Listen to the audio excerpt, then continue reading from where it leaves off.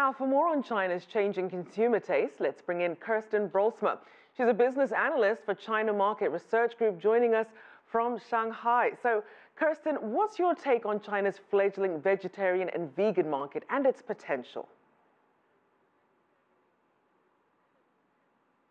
Well, I think it's really growing. I mean, even just starting off on a personal note, in the last 3 years living in Beijing and Shanghai, just the on-the-street feel, there's a larger group of consumers who are willing to try vegan and vegetarian restaurants than a number of years ago.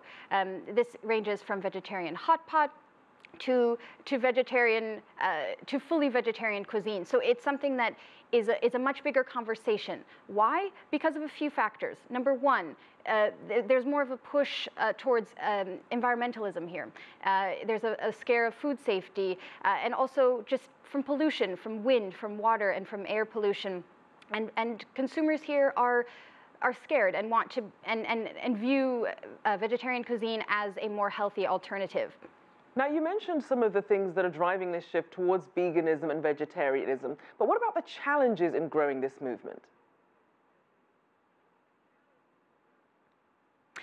Certainly. Well, China is a very meat-based society, and pork is very important to regional cuisines throughout China. And so a lot of people will perhaps be interested in vegetarianism or veganism, but are not committed to kind of bringing about that change as a full dietary change. I think this is something that will definitely be a longer-term shift and a longer dialogue before any large change is made. Now, elsewhere in the world, we're seeing young people really leading this push towards veganism and vegetarianism. Is that also the case in China? Yes, absolutely.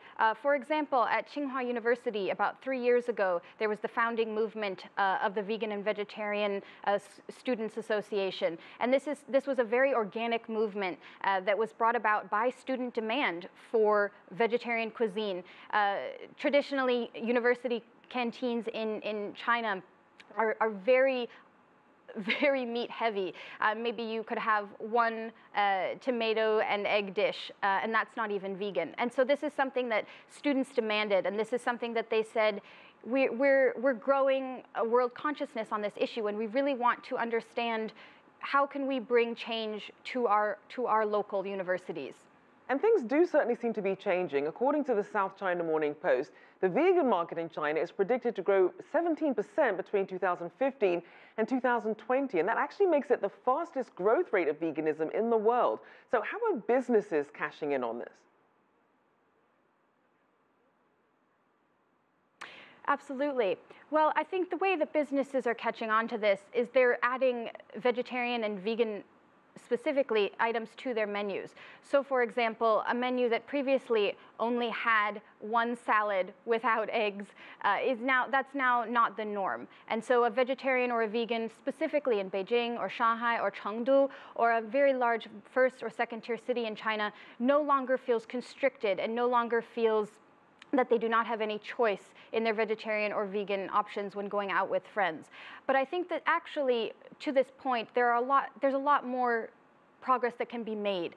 I think there are definitely dedicated restaurants that are pushing a eco-friendly and a food safety record, but I think that there needs to be a larger conversation, and there needs to be both a media and a business restaurant conversation simultaneously before this major change of the 7% jump that you talked about finally occurs.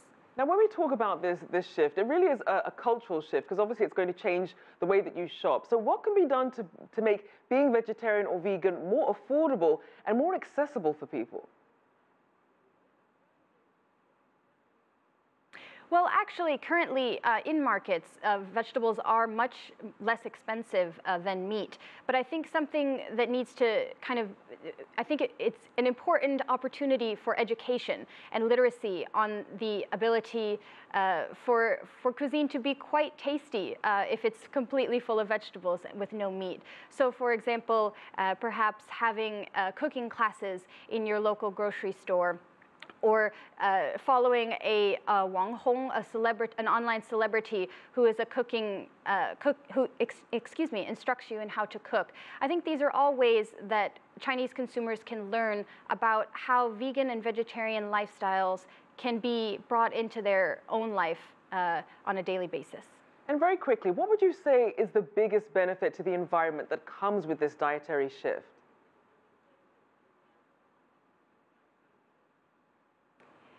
I'm sorry, I didn't quite catch that. Could you say it one more time?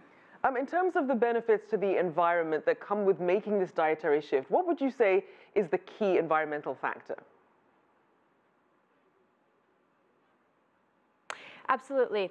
I think that it's really comes down to pollution. I think the Chinese consumer has a growing capacity to spend their money where they want, and I mean that in terms of they are more conscious of air pollution, wind pollution, land pollution coming from the manufacture of meat products for pork and for beef. And even Argentinian or Australian beef that is imported is something that is creating large amounts of greenhouse gases. And so consumers, through their purchasing power, are changing the conversation. All right, thank you so much. Kerstin Brolsma there, business analyst for China Market Research Group.